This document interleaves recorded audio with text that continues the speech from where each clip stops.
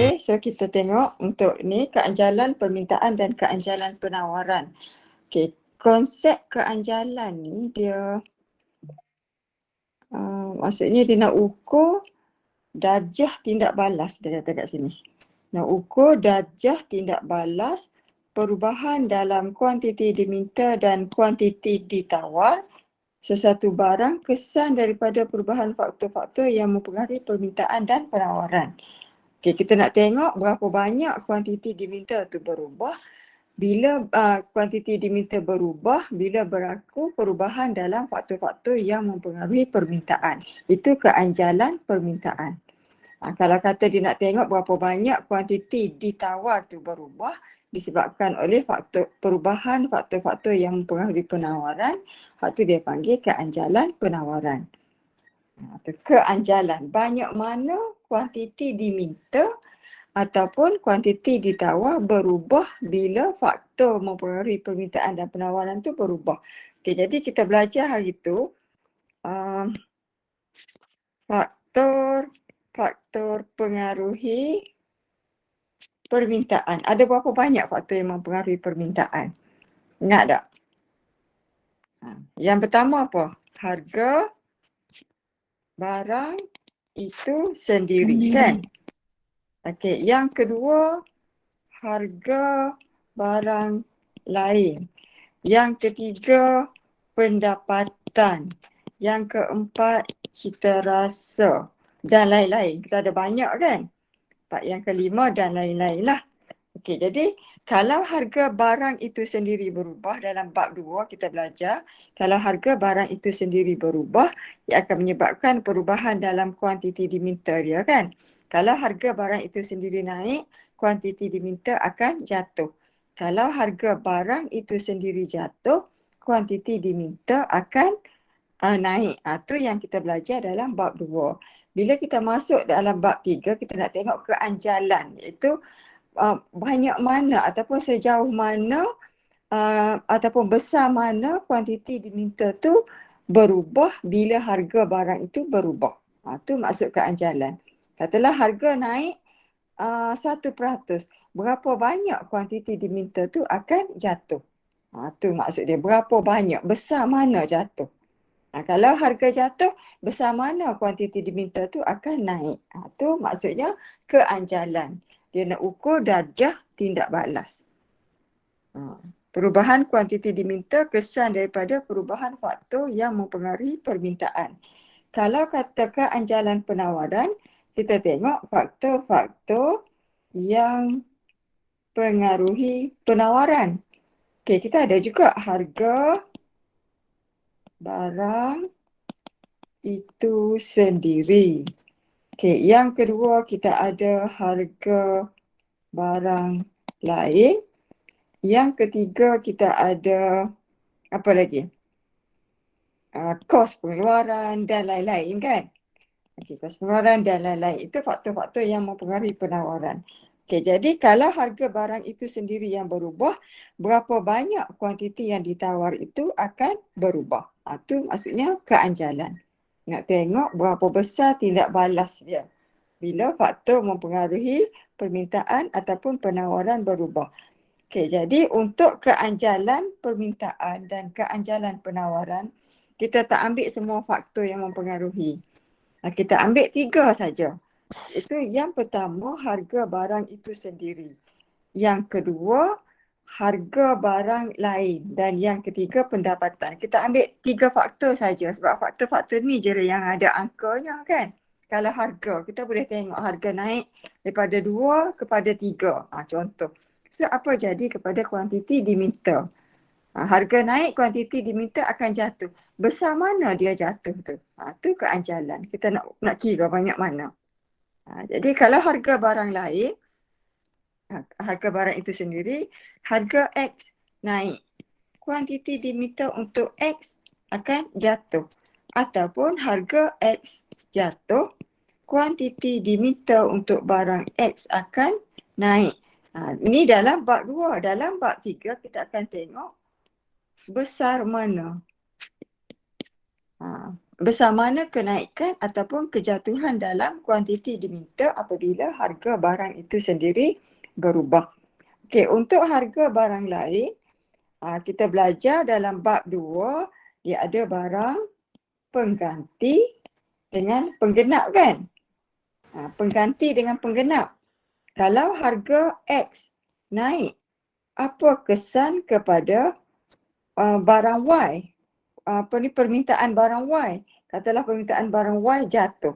So yang kita belajar dalam bab 2 ini barang apa? Kalau harga X jatuh, permintaan barang Y jatuh. Harga X naik, permintaan barang Y jatuh. Barang apa kita belajar dalam bab 2?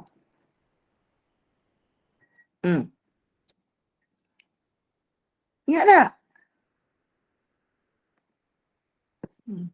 Kalau maksudnya dia negatif lah tu.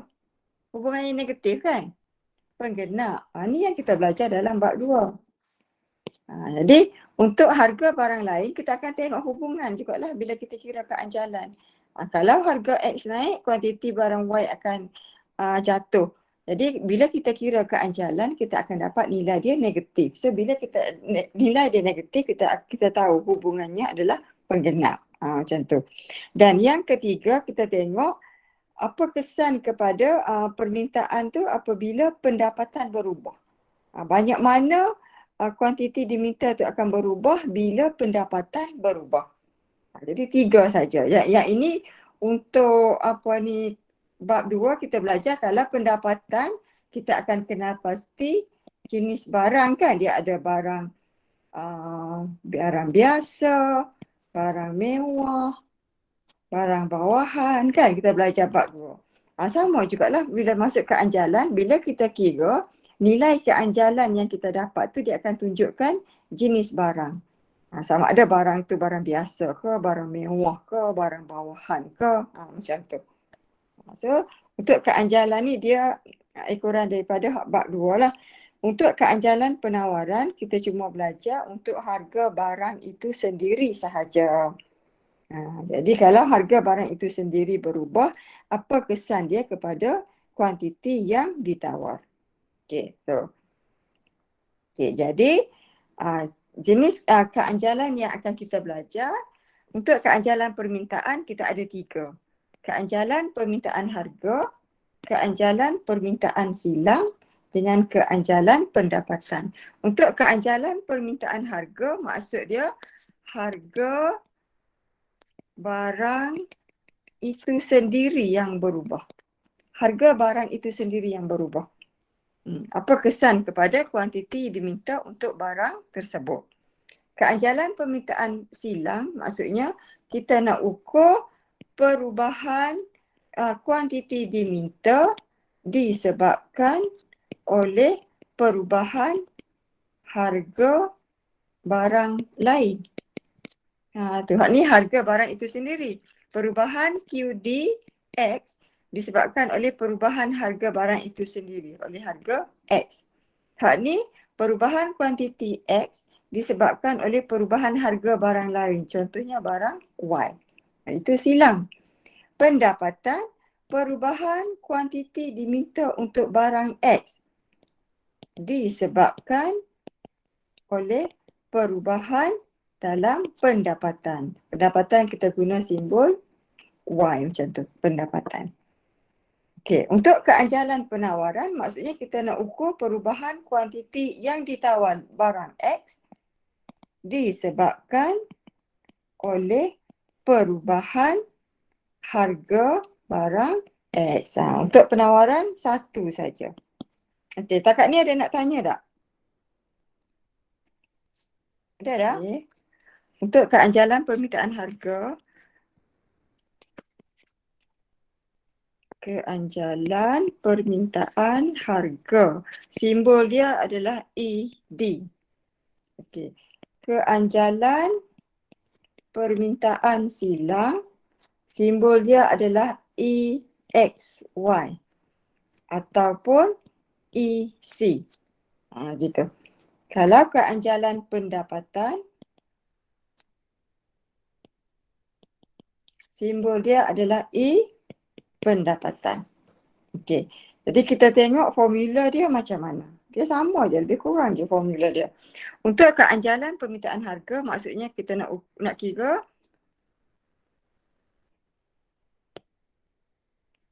peratus perubahan kuantiti diminta barang X disebabkan oleh peratus perubahan harga barang X. Tu. Maksudnya kuantiti diminta barang X dengan harga barang X.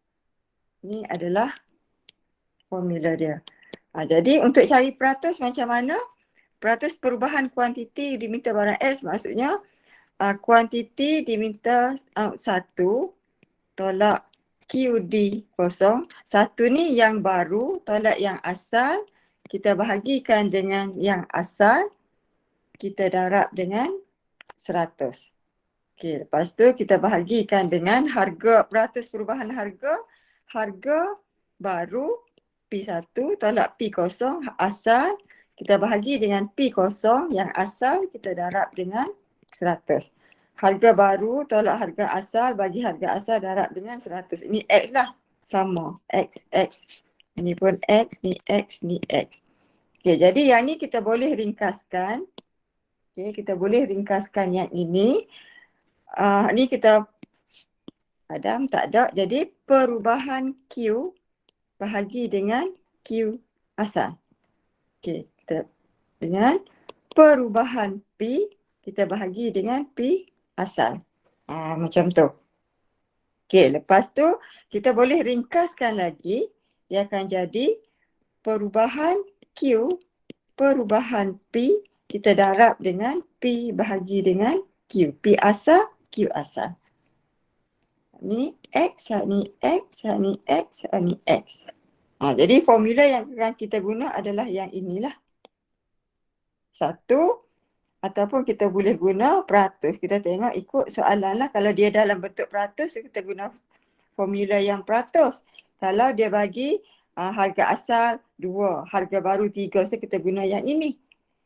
Yang peratus ni contoh dia kata harga naik 2% menyebabkan kuantiti diminta jatuh 1%. Kira keanjalan. So kita guna formula peratus. Kalau dia kata harga naik daripada 2 kepada 3. Kuantiti diminta jatuh daripada 4 kepada 2. Contoh. Jadi kita akan guna formula yang kedua. So ada 2 formula. Okay. Untuk keanjalan silang ni saya nak tunjuk dia punya ni je. Dia senang je, serupa je. Silang peratus perubahan kuantiti diminta untuk barang X.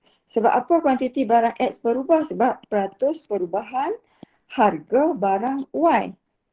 Macam tu. Harga barang Y. Okey. Lepas tu kita nak ringkaskan formula, kita boleh guna yang macam keanjalan silang, keanjalan harga tu lah.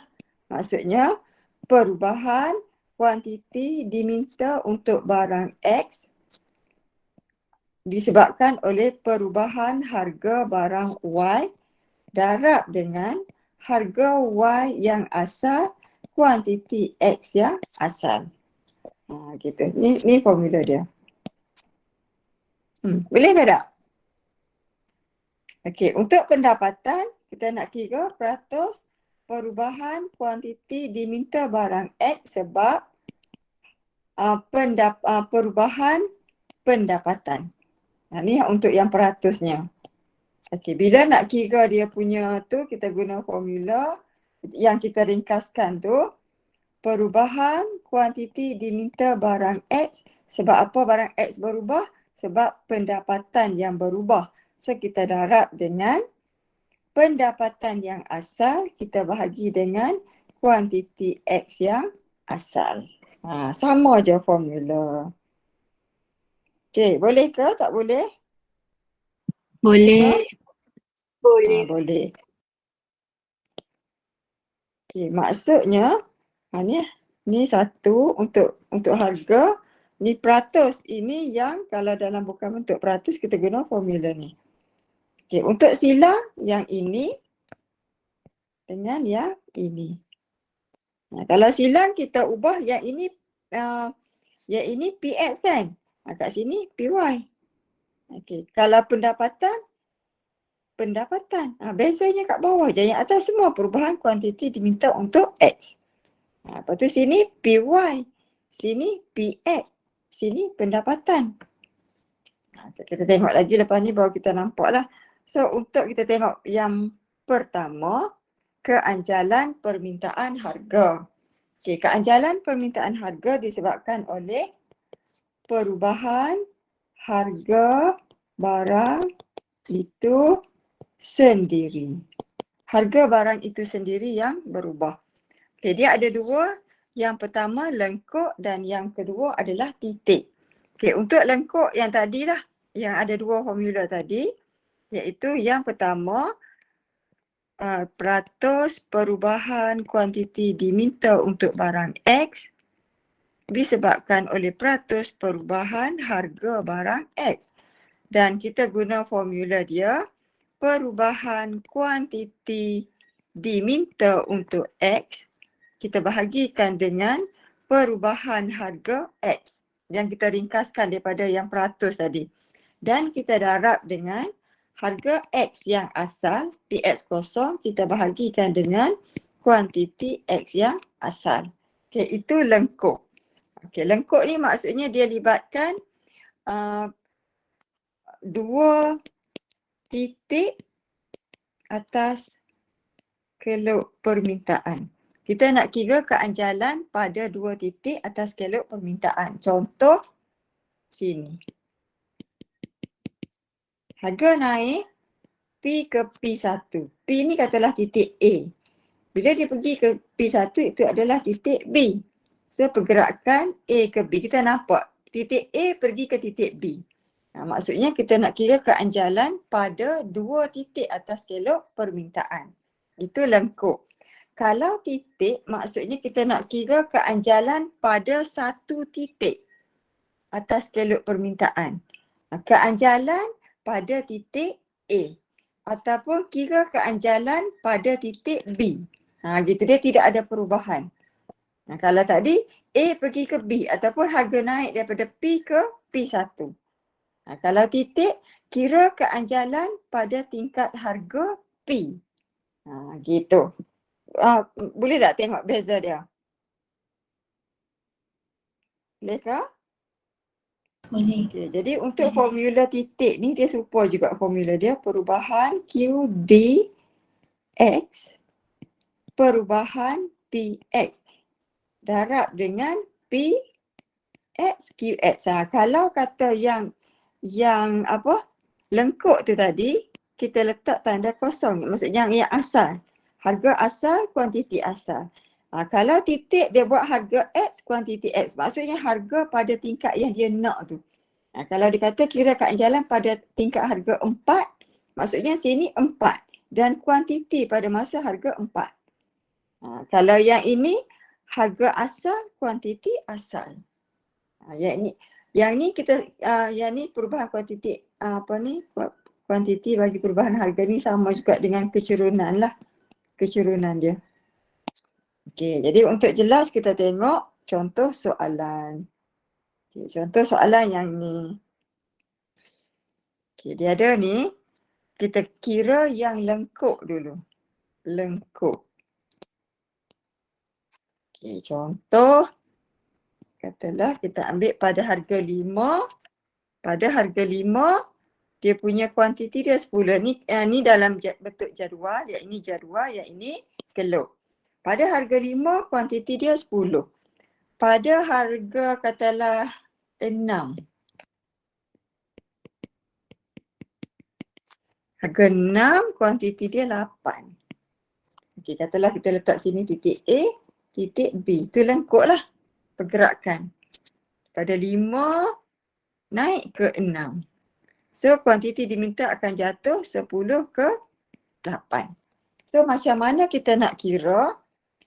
So, kita tulis formula dia, kita buat perubahan kuantiti diminta untuk barang X bahagi dengan perubahan harga X, kita darab dengan harga X yang asal, kuantiti X yang asal. Okey. Jadi kalau kata harga naik daripada 5 ke 6, 5 ke 6, so kuantiti akan jatuh daripada 10 ke 8. So kita buat dulu dia punya harga asal dia adalah 5. Kuantiti asalnya adalah kalau 5, kuantitinya 10. Tengok daripada jadual, harga 5, kuantiti dia 10. Okey, kalau harga baru dia naik pada 6, so kita buat 6 lah. So kuantiti baru dia, kalau harga 6, tengok jadual. Hello, 8. Jadual pun 8. So 8 kat situ. Okay, jadi kita masuk ke dalam formula ni. Perubahan kuantiti X. Perubahan baru tolak asal. Okay, jadi 8 baru asal 10. Jadi 8 tolak 10. Kita bahagikan harga baru dia 6. Baru dia 6 tolak dengan asal dia 5. Lepas tu kita darab dengan harga asal dia adalah, tengok kita tulis siap-siap. Harga asal dia PX0 5, kuantiti asalnya adalah 10. Q0 tu asal 10. Jadi kiralah dapat berapa. Okey, 8 tolak 10 negatif 2 bahagi dengan 6 tolak 5, 1. Darab dengan 5 per 10. So kita akan dapat negatif 1. 1. Negatif 1. So apa maksud negatif 1? Kira-kira dapat negatif 1. Maksud dia apabila harga naik 1%, kuantiti diminta, kalau harga naik kuantiti diminta jadi apa? Kalau permintaan Turun. kan? Turun Berkurang. 1%. Berkurang 1%. Tu maksud dia. Sebab tu dia tanda dia negatif. Keajalan permintaan, kalau kita kira nilainya akan dapat negatif. Negatif tu tunjukkan hubungan antara P dengan kuantiti yang diminta. Maksudnya jika kita kata harga naik, sebab tadi kan naik 5 kepada 6. So harga naik 1%, kuantiti diminta akan jatuhlah. Tanda negatif tu menunjukkan songsang. Jatuh sebanyak 1%. Gitu. Katalah kita kira pula 5 ni kita ambil daripada 8 turun 9 turun kepada 8. Cuba kira dapat berapa?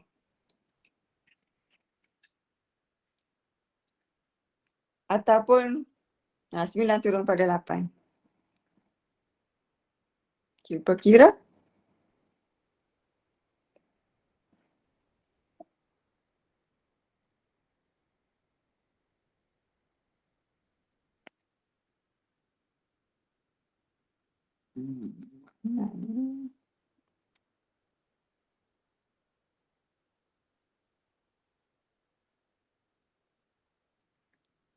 Okey, 9. P jatuh 9 ke 8. Okey, jadi P0 dia berapa? P0 dia berapa? 9.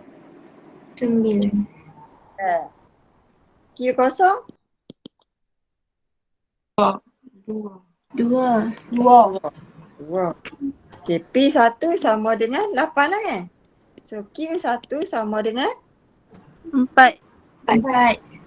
4. Okey, jadi kita masukkanlah dalam formula kita. ED sama dengan perubahan QX, perubahan PX. Darab dengan PX yang asal, QX yang asal. So kita kutip je yang kat atas tu. Perubahan kuantiti 4 tolak 2 bahagi dengan 8 tolak 9 darab yang P0 dia 9, Q0 dia 2. Kiralah dapat berapa tu? 4 tolak 2, 2. 8 tolak 9 negatif 1 darab dengan 9 bahagi dengan 2. 2 kali 9, 18 bahagi 2. Dapat negatif 9. 9. Okey, apa maksud bila kita kira dapat -9? Harga naik P, 1%. ni harga jatuh kan? Soalan harga Hmm. jatuh. Maksud harga jatuh 1%, QD jadi macam mana? Turun. Naik. Naik kalau harga jatuh kan? Tengok tadi harga jatuh, harga P9. P18 menyebabkan kuantiti dia naik daripada 2 jadi 4 kan? So kalau harga jatuh 1%, kuantiti diminta akan naik sebab nilai ni negatif ni. Menunjukkan hubungan songsa naik sebanyak 1%. 1% juga. 9. 9% lah. 9% lah. Sebab jawapan dia 9. So 9, 9%. Macam tu. Jadi maksudnya perubahan peratus perubahan QD lebih besar daripada peratus perubahan P kan? Macam tu.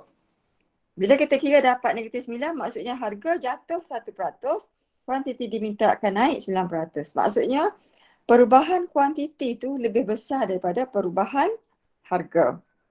Kalau yang ini tadi, ni harga naik 1% sebab soalan dia kata harga dia naik kan. So kita katalah harga naik 1%, kuantiti diminta jatuh 1%. Maksudnya peratus perubahan kuantiti diminta untuk barang X tu dia sama dengan peratus perubahan harga barang X. Itu nanti kita akan tengok darjah keanjalan dia. Okay, itu untuk keanjalan lengkuk. Maksudnya nampak perubahan harga dia tu. Naik ke, jatuh ke, kita nampak perubahan harga. Itu lengkuk. Okay, sekarang kita tengok yang titik. Yang titik maksudnya pada harga 5. Macam tu. Pada harga 0, pada harga 1, pada harga 2. Dia tak kata harga naik 1 ke 2 ataupun harga jatuh 2 ke 1. Dia kira pada harga 5. So kita tengok contoh. Katalah kita nak kira pada harga 0. Okey, formula dia macam mana dah formula tadi? Sekejap. Mana dia punya yang ni? Okey. Formula dia tadi, ED sama dengan perubahan QD X, perubahan PX darab dengan P bahagi dengan Q. Okey. Perubahan QDX, perubahan PX ni kita kira sekali pun dah cukup. Sebab kita boleh guna yang samalah. Jadi kita kira dulu kecerunan dia. Kecerunan dia kita boleh ambil je mana-mana. Perubahan kuantiti tu. Kecerunan ni kecerunan. Katalah kuantiti kita ambil 18 tolak 20. 18 tolak 20 bahagikan dengan 1 tolak 0 lah.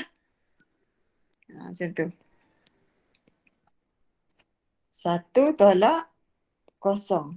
So 18 tolak 20 negatif 2 bahagi dengan 1. So kita dapat kecerunannya adalah negatif 2. Jadi untuk kira keanjalan pada harga 0, jadi cara dia negatif 2 sebab kecerunan tu, ni yang ini kecerunan kita dah kira. So negatif 2 kita darab dengan harga dia 0 kan? Harga dia 0. Kita bahagi dengan kuantiti dia 20. Macam tu. So kita akan dapat berapa ni? 0 bahagi Kosong. angka dapat 0. Okey. Pada harga 1. Macam mana? Negatif 2 darab dengan harga dia 1, kuantiti dia 18. So kita akan dapat kira negatif 0.1. Macam tu. Lepas tu pada harga 2 pula negatif 2 juga kita buat negatif 2 darab dengan harga dia 2, kuantiti dia 16. So negatif 4 bahagi dengan 16 kita dapat negatif 0.25. Dan seterusnya kita kira. Nah tu untuk keanjalan titik. Jadi saya dah kira dah tadi, sini dapat negatif 0.43. Sini negatif 0.67. Sini dapat negatif 1. Sini negatif 1.5. Negatif 1.3. 2.3. Negatif 4. Negatif 9 dengan yang ni dapat apa? Infinity kan? Dapat infinity. Sebab yang ini negatif 2 darab dengan harga dia 10 bahagi dengan kosong, kuantiti. So angka bahagi kosong dapat infinity. Itulah dia punya nilai-nilai dia.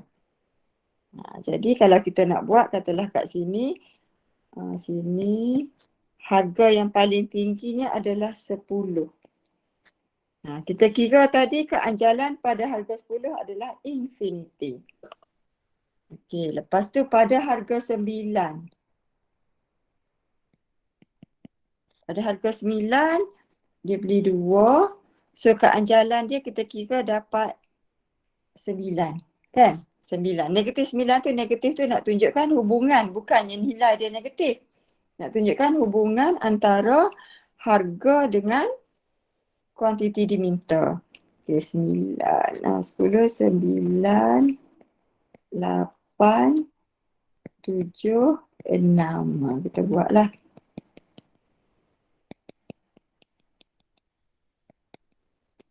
Kecil sangat tak muat. Okey, jadi yang kita kira tadi dapat 4, lepas tu dapat 2.3, lepas tu dapat 1.5, lepas tu dapat 1. 4, 3, 2, 1. Kira lah kan benda-benda tu. Okey, jadi situ dapat 1, lepas tu dia dapat 0.67, tu dapat 0.43, tu dapat 0.25, lepas tu 0.1, lepas tu 0. Tu keanjalan di sepanjang kelok permintaan. Nampak tak? Ni. Kita dah kira dah tu, dapat macam tu. Okey, jadi kita tengok semakin tinggi harga dia, semakin dia meningkat, kita bahagi 2. Kat sini ED dia sama dengan 1. Kan? Pada harga 5, keanjalan dia sama dengan 1. Makin tinggi harga, nilai keanjalan dia akan jadi ED dia lebih daripada 1. Makin tinggi. Okey. Bila dah sampai harga dia 10, ED dia akan sama dengan infinity. Okey. Lepas tu kalau harga makin rendah, lepas pada 5 tu, bila dia makin turun, jadi 4, jadi 3, jadi 2, jadi 1, kita tengok nilai keanjalan dia dah kurang daripada 1 kan? 0.67, lepas tu dia turun 0.43, lepas tu dia turun sampailah dia jadi 0. Okey, jadi kat sini ED dia kurang daripada 1, dan bila dah sampai harga dia 0, ED dia dah sama dengan 0. Okey, boleh tak takat tu? Boleh? Boleh, Madam. Boleh, Madam. Boleh, Madam. Boleh, Madam. Okey, boleh. Letih je bunyi. Okey, kita tengok lah. Kita lakar lain lah. Situ macam tak comel. Okey, ni kelok permintaan. Okey, jadi kita tengok untuk kelok permintaan tu, kat sini ED sama dengan infinity. Di sini ED lebih daripada 1 yang kita kira tadi kan. Sampai sini ED sama dengan 1. sini ED kurang daripada 1 dan kat sini ED sama dengan kosong. Okey. Maksudnya makin tinggi harga, makin tinggilah dia punya nilai keanjalan dia. Makin anjal. Makin tinggi nilai keanjalan, maksudnya makin anjal. Yang ini dia panggil anjal sempurna. Okey. Kat sini dia panggil anjal. Kat sini dia panggil anjal 1. Okey, bila dah kurang daripada 1 dia panggil tak anjal. Okey, bila dah kurang daripada 1 terus sampai dia jadi kosong, itu dia panggil tak anjal sempurna. Okey. So yang ini dia panggil darjah keanjalan. Okay. Darjah keanjalan. Itulah tujuan dia, kita kira keanjalan permintaan harga. Kita nak tengok darjah keanjalan. Barang tu anjal ke tidak? Maksud anjal tu maksudnya kalau kita kata anjal maksudnya tindak balas dia tu besar. Tindak balas dia tu besar. Kalau harga naik sikit je, kuantiti diminta akan berubah, akan turun dengan banyak. Contoh anjal ni lebih daripada 1. Anjal ni lebih daripada 1. Okay, contoh ED yang kita kira dapat katalah 3. Apa dah maksud 3 tadi? P, kata kalau P naik 1%, QD akan jatuh kan? Sebanyak 3%. Maksudnya tindak balas kuantiti diminta tu besar. Tu anjal. Faham tak? Peratus perubahan QD lebih besar daripada peratus perubahan harga. Anjal. Anjal tu tindak balas dia besar. Harga naik sikit lah daripada 3 naik kepada 4. Kuantiti diminta mula-mula harga 3 dia minta katalah 2. Harga naik dia akan jatuh. Dia minta sebanyak 6. Okey, lepas tu bila harga naik kepada saat ni berapa? P naik daripada 2 ke 3. Kuantiti diminta jatuh. Katalah daripada mula-mula 6. Jatuh kepada terus jadi 1. Maksudnya tindak balas kuantiti tu besar. Tu anjal. Faham tak? Boleh ke tak? Boleh. Boleh, madam. Boleh. Bila kita kata anjal, maksudnya tindak balas kuantiti diminta tu besar. Kalau anjal 1, maksud dia sama. Kuantiti harga naik 1%. Kuantiti diminta jatuh 1%. Sama. Dia punya peratusan dia. Kalau tak anjal, maksud dia harga naik, katalah kita letak sini, dia mesti kurang daripada 1 nilai dia baru tak anjal. Katalah kita letak, kita kira-kira ED kita dapat 0.4. Tu maksudnya tak anjal, kurang daripada 1. Harga naik 1%, kuantiti diminta jatuh 0.4%. Harga naik banyak tapi kuantiti diminta turun tapi sikit je. Tu tak anjal. Maksudnya kesan dia sikit je. Bila harga berubah, kesan kepada kuantiti diminta tu sikit sahaja. Tak anjal. Okey, boleh? Okey, tu anjal. Anjal 1 tak anjal. Kalau anjal sempurna, maksud dia kalau harga berubah sikit je, harga naik sikit je, dia tak beli langsung dah. Tu anjal sempurna. Tak beli langsung kalau harga naik. Sikit je pun tak beli langsung. Anjal sempurna. Kalau anjal ni harga naik, dia berubah juga kuantiti dia. Dia berubah kuantiti dia tapi besar kan. Tak adalah sampai dia tak beli langsung. Anjal sempurna tak beli langsung kalau harga dia naik. Okey. Kalau tak anjal, harga dia berubah, kuantiti diminta berubah sikit je. Bila tak anjal sempurna, harga naik ke, harga jatuh ke, dia tak akan ubah kuantiti diminta. Dia tetap beli banyak tu juga. Tu tak anjal sempurna. Boleh? Boleh. Boleh. Okey, darjah-darjah keanjalan. Ada berapa tadi? Ada ni. So darjah-darjah keanjalan ada 4 kan? Anjal, sempurna. Okey. Kita tengok keluk dia. Bentuk keluk permintaan dia macam ni. Anjal sempurna. PQ.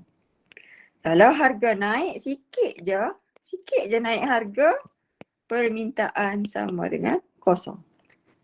Tu anjal sempurna. Untuk keluk dia mendata dan selari dengan paksi kuantiti. Mendata selari dengan ni dia selalu tanya soalan objektif ni, selari dengan paksi Q. Bentuk dia macam tu. Okey, yang kedua anjal. Okey, anjal tadi kita tahu peratus perubahan QD lebih besar daripada peratus perubahan P. Okey, dia punya nilai dia lebih daripada 1. Tu anjal. So macam mana bentuk keluk dia? Okay, bentuk keluk dia mendata. Kalau yang tadi dia baring terus kan? Ni dia landai. Dia tak baring lagi, dia landai je. Dia landai. Ini P, ini Q. Anjal. Kita tengok. Peratus perubahan P. Kecil je. Sini peratus perubahan Q. Lebih besar. Okey, perubahan P kecil je. Tapi perubahan Q dia adalah besar. Tu anjal.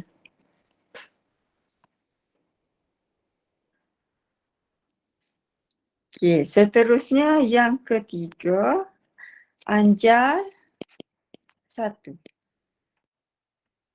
Anjal 1, bentuk dia macam hyperbola, PQ. Bentuk dia macam ni. Ini keluk permintaan. Hyperbola. Dia punya ni sama.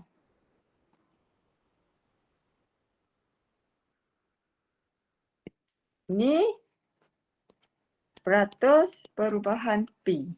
Ni peratus perubahan Q. Sama besar.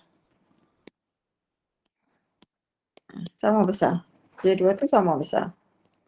Harga naik 1%, kuantiti diminta akan jatuh 1%. Jadi sama dengan 1. Peratus perubahan Q sama dengan peratus perubahan P. QD. Anjal 1. Okey, lepas tu kita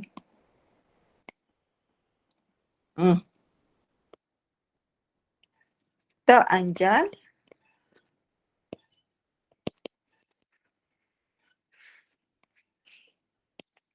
Tak anjal, ED dia kurang daripada 1, peratus perubahan QD kurang daripada peratus perubahan P. Okey, jadi bentuk dia adalah lebih curam. Okey, sini P, sini Q. Dia lebih curam, kita tengok kenapa lebih curam. Harga berubah banyak, kuantiti ubah sikit je. Harga berubah banyak, kuantiti ubah sikit. Tu tak anjal. Lebih curam. Okey, kalau tak anjal sempurna, tak anjal sempurna ni, kalau yang tu dia macam ni kan, dia curam. Bila tak anjal sempurna, dia tegak terus dah. Dia tegak terus. P, Q. Ikutlah harga nak naik ke, harga nak jatuh ke, kuantiti diminta tetap sama. P2, P1. Nak naik ke nak jatuh, kuantiti diminta sama je. Itu tak anjal sempurna. Sempurna. Maksudnya tak berdegih. Tahu tak berdegih. Itu darjah keanjalan. Boleh? Ada soalan tak? Boleh. Tak ada? Madam, Boleh. Ya. apa jadi yang anjal sempurna ni kalau harga berubah? Anjal sempurna, harga berubah, kuantiti diminta tak ada langsung. Nanti dia ni hilang habis. Kalau harga naik, tak ada langsung dah. Tu anjal sempurna.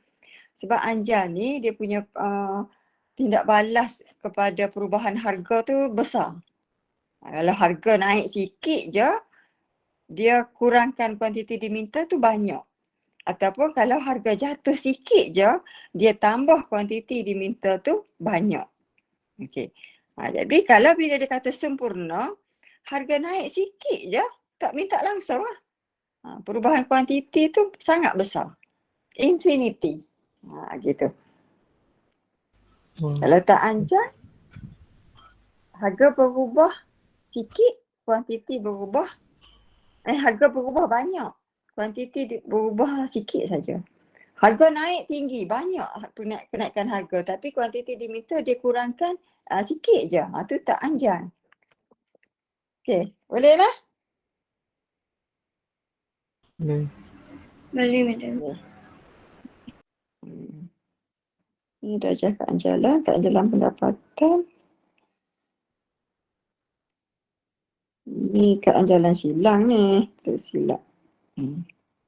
Okey, kita tengok pula keanjalan yang kedua. Sempat kuatlah sikit lagi dah. Boleh dah?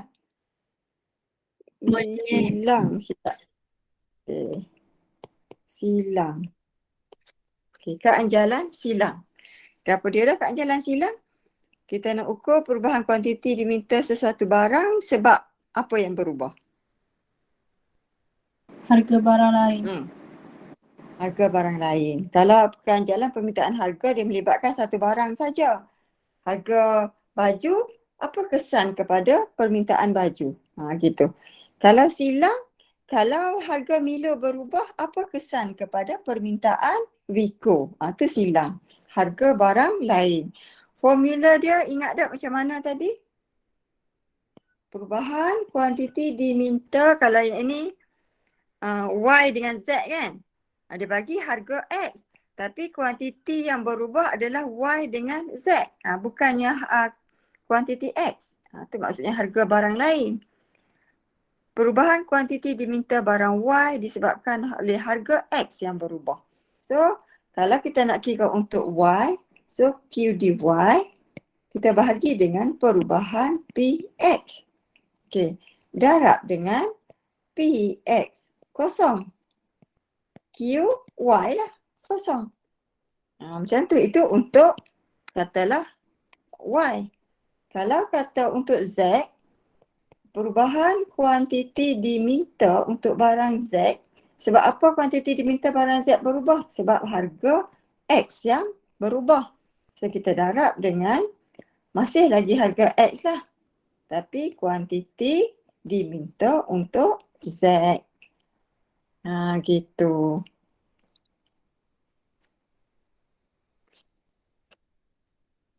Boleh ke? Okey, jadi kita tengok contoh. Harga katalah naik daripada 2 kepada 3. Apa kesan kepada barang Y? Okey. So, kita pun ambil PX kosong sama dengan 2. PX1 sama dengan 3. So, kuantiti yang kita nak adalah Y. So, QY kosong sama dengan, tengoklah. Harga X2, kuantiti Y dia adalah 250. Kuantiti Y yang baru bila harga X dia 3 adalah 225. Jadi kita pun kira masukkan dalam formula ni E X dengan Y lah, EXY.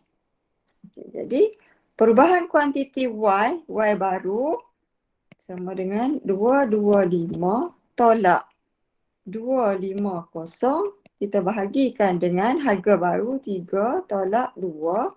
Kita darab dengan harga X yang asal. 2 lah kan. PX kosong 2. QY kosong 250. So kira lah. Boleh berapa tak tahu ni. Buat apa cuba kira. Mana ada tak yang saya kira.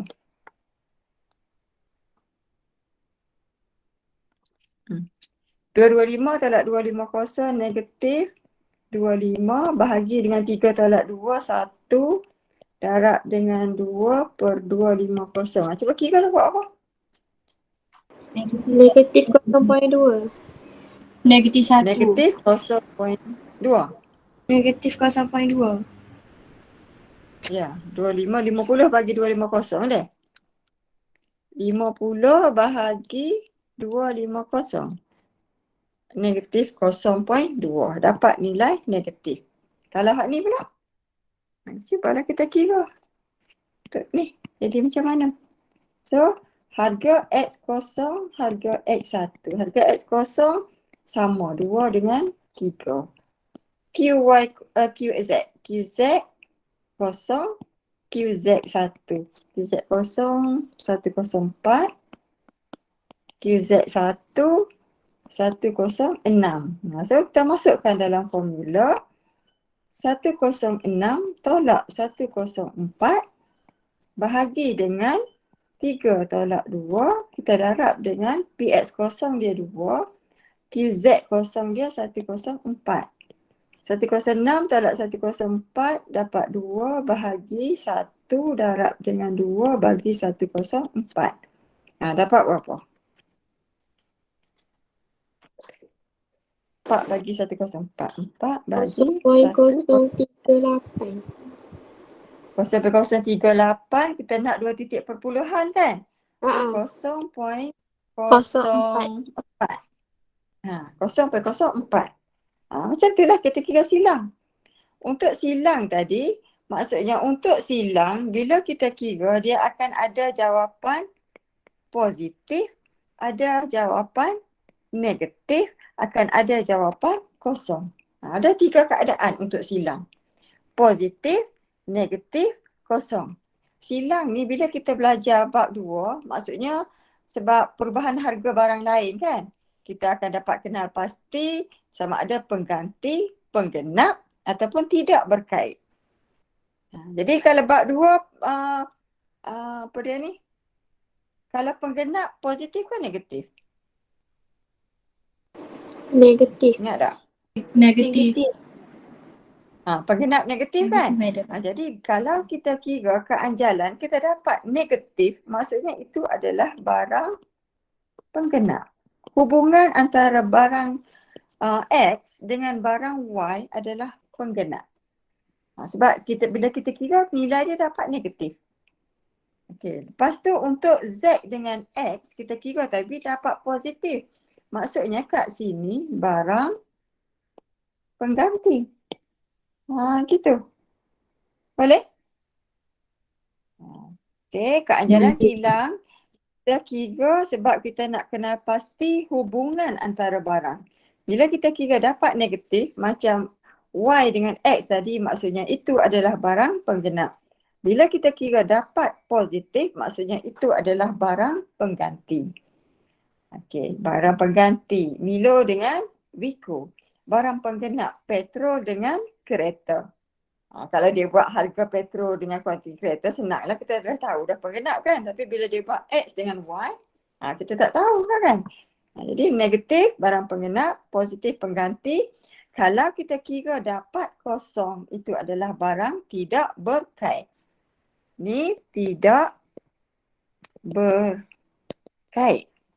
Negatif barang penggenap. Okey, positif barang pengganti. Okey, itu untuk silang. Kita kita akan dapat 3 jawapan. Positif, negatif, kosong untuk kenal pasti hubungan antara barang. Keanjalan permintaan harga, kita kira kita akan dapat nilai dia sentiasa negatif. Dia tidak ada positif, dia tidak ada kosong. Nilainya sentiasa positif. Ada kosong tadi kan, kosong yang tak anjal tu. Nilai dia sentiasa positif lah. Untuk tu negatif, tapi kalau kita kata negatif 4, maksudnya 4. Bukannya nilai dia negatif 4 tak. Negatif tu hubungan. Macam tu. Dan bila kita kira keanjalan permintaan harga, kita akan dapat kenal pasti darjah keanjalan dia. Sama ada barang tersebut anjal ke, tak anjal ke, anjal satu ke, anjal sempurna ke ataupun tak anjal sempurna. Gitu. Untuk silang dia tak akan tanya barang tu anjal ke tidak. Dia tak tanya macam tu. Dia akan tanya apa hubungan antara barang tersebut. Gitu untuk silang. Kalau harga dia akan tanya anjal ke, tak anjal ke ataupun apa darjah keanjalan dia. Okey, boleh? Okey, last kali kita tengok keanjalan pendapatan. Yang ini sebab perubahan QD sebab perubahan pendapatan. Okey, bila pendapatan berubah, apa kesan kepada kuantiti diminta yang kita belajar dalam bab 2? Bab 2 kita tengok kalau kata untuk barang normal, kalau harga pendapatan dia makin tinggi, apa jadi kepada kuantiti diminta? Barang biasa ataupun barang normal. Bertambah. Bertambah kan?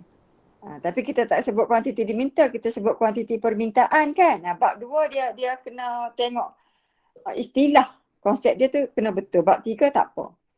Okey, jadi untuk barang normal kita belajar kalau bab 2, kalau pendapatan dia naik, kuantiti permintaan juga akan naik kan? Maksudnya nilai dia kita akan dapat positif lah nanti bila kita kira. Untuk barang normal. Okey, lepas tu yang bab 2 juga kita belajar barang apa lagi yang kita belajar? Selain daripada barang biasa? Mewah. Mesti. Barang mewah kan? Barang mewah pun sama, kalau pendapatan makin tinggilah dia minta. Dia akan dapat positif juga jawapan dia. Okey, lepas tu barang bawahan kan? Yang kita belajar, barang bawahan tak? Ya. Ya. Barang bawahan, kalau kata pendapatan dia makin tinggi, macam mana dah itu? Permintaan dia menurun. Permintaan dia menurun. Contoh beras hancur, pendapatan dah tinggi, so dia kurangkanlah beli beras hancur. Dia akan beli beras yang lebih baik. Jadi bila pendapatan naik, untuk barang bawahan, kuantiti permintaan dia akan jatuh. Jadi bila kita kira keanjalan pendapatan, dia akan dapat nilai yang negatif. Dia macam tu. Lepas tu satu lagi, apa barang yang kita belajar? Barang mesti. Bab 2? Barang mesti. Barang mesti macam mana? Kalau pendapatan naik ataupun jatuh, Tak apa dipengaruhi. jadi kepada barang mesti? Tak berubah. Dia tetap je kan? Dia Ha-ha. tetap je kan? Jadi untuk keanjalan pendapatan, bila kita kira, kita akan dapat nilai dia kosong. Gitu. Jadi keanjalan pendapatan, kita akan dapat jawapannya sama ada positif, negatif ataupun kosong. Ada 3 keadaan juga. Okey, jadi positif ni dia akan bagi kepada 2. Satu, dia akan dapat lebih daripada 1. Satu lagi dia akan dapat, ini ada kosong kan, so dia akan dapat lebih daripada kosong. I pendapatan, lebih daripada kosong dan kurang ataupun sama dengan 1. Lepas tu negatif lah, lepas tu kosong. Kalau lebih daripada 1 ni barang mewah. Kalau yang ini barang biasa ataupun normal. Jadi untuk keanjalan pendapatan dia nak kenal pasti jenis barang. Kosong ni barang mesti lah. Hak ni barang bawahan. Sama macam bab 2 yang kita belajar. Okey, jadi macam mana kita nak kira? Contoh, yang ini pendapatan dengan kuantiti diminta untuk barang A, contoh dia. Formula dia perubahan kuantiti diminta barang A lah kan. Disebabkan apa kuantiti diminta barang A berubah? Sebab perubahan dalam pendapatan. Lepas tu kita darab dengan pendapatan yang asal, kuantiti A yang asal. Sama je. Okey, jadi contohlah katalah kita ambil pendapatan naik daripada sini ke sini. 1,500 ke 2,000. So, kuantiti untuk A akan naik kan daripada 80 ke 120. So, kita kira lah. Y0, Y1. Y0, 1,500. Y1, 2,000. Okay. QD 0, 80. Yang baru QD 1, 120. Okay, so kiralah, masukkan dalam formula perubahan kuantiti 120 tolak 80 bahagi 2,000 tolak 1,500. Kita darab dengan pendapatan asal dia 1,500. Kita bahagikan dengan kuantiti asal dia 80. Okay, 120 tolak 80 berapa? 40 dah. 40 bahagi 2,000 tolak 1,500. 500. Kita darab dengan 1,500. Kita bagi 80. Cuba kira dapat berapa? 1.5. 1.5. Positif. Nah, barang apa ni? Dia tak kata anjal ke tidak. Kalau kat jalan pendapatan dia tak kata anjal ke tidak barang tu. Tak. Dia akan tak kata apa jenis barang tu kalau kat jalan pendapatan. Barang apa? Barang mewah. Barang mewah sebab lebih daripada 1. So kita kata barang mewah. So dia kata kenapa barang mewah? Sebab nilai kat jalan pendapatannya lebih daripada 1. Tu cara jawab dia. Contoh pula mana kita tengok. Kalau sini ke sini dapat apa ni? Lebih 1 juga. Apalah macam tu je lah. Kita kira je lah kan. Kalau jatuh. Jatuh sini. Sini. Pendapatan jatuh. So kita kira lah Y0 dia. Y0 akan jadi 1,500. Y1 dia akan jadi 1,000. So QD0 1,580. QD1 60. Okay, masukkan dalam formula 60 tolak 80 bahagi 1,000 tolak 1,500. Kita darab dengan asal dia berapa tu? 1,500. Kita bahagikan dengan 80. So 60 tolak 80 negatif 20 bahagi dengan negatif 500. Darab dengan 1,500 bahagi 80. Dapat apa? 0.75. 0.75. Masih lagi positif kan? Okey, masih lagi positif tapi dapat 0.75. So barang apa? Normal. Normal ataupun barang biasa. Sebab nilai keanjalannya adalah kurang daripada, lebih daripada 0 tapi kurang daripada 1. Macam tu.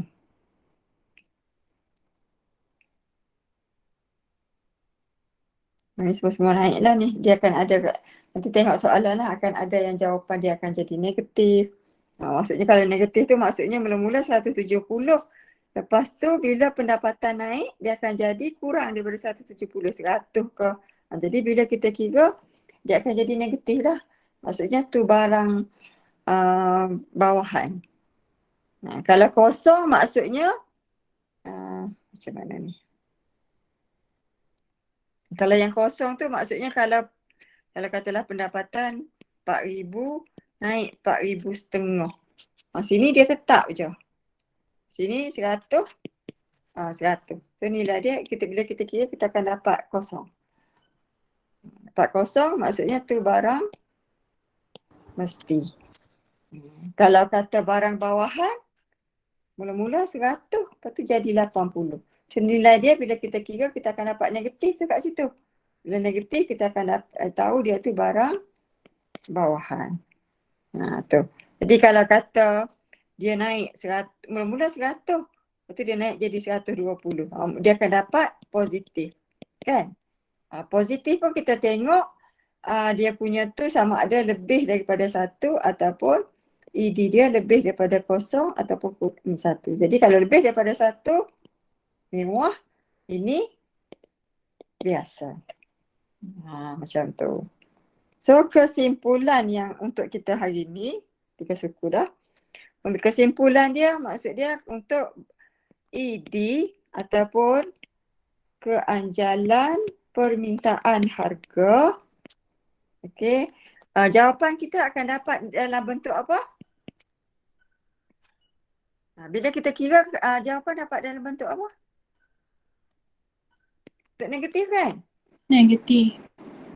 Jawapan dia dapat dalam bentuk negatif. Tapi negatif tu nak tunjukkan hubungan P dan QD yang negatif. Semua dia akan dapat negatif. Lepas tu bila kita kira keanjalan permintaan harga, tujuan dia untuk kenal pasti darjah keanjalan. Pasti darjah keanjalan yang ada 5 tadi. Jadi bila kita kira, katalah kita dapat ED sama dengan negatif 2, maksudnya nilai keanjalannya adalah 2. 2 tu maksudnya anjal sebab lebih daripada 1. Anjal tu apa? Maksudnya kalau kata harga dia naik sikit je, orang tu akan kurangkan permintaan dia banyak. Kuantiti diminta dia akan berkurang dengan banyak. Tu anjal. Tu maksudnya tujuan kita kira keanjalan permintaan harga, nak tengok darjah keanjalan barang tersebut. Anjal ke tidak. Okay, untuk silang EXY keanjalan silang. Bila kita kira jawapan kita akan dapat dalam bentuk apa? Kita akan dapat positif. Kita akan dapat negatif. Negatif, Kosong. Ada 3 keadaan kan? So apa tujuan kita kira keanjalan silang? Tujuan dia? Nak kenal pasti apa?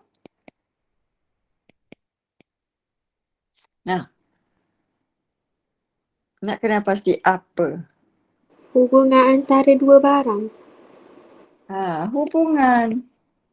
Hubungan antara dua barang. Sebab silang ni harga barang lain kan?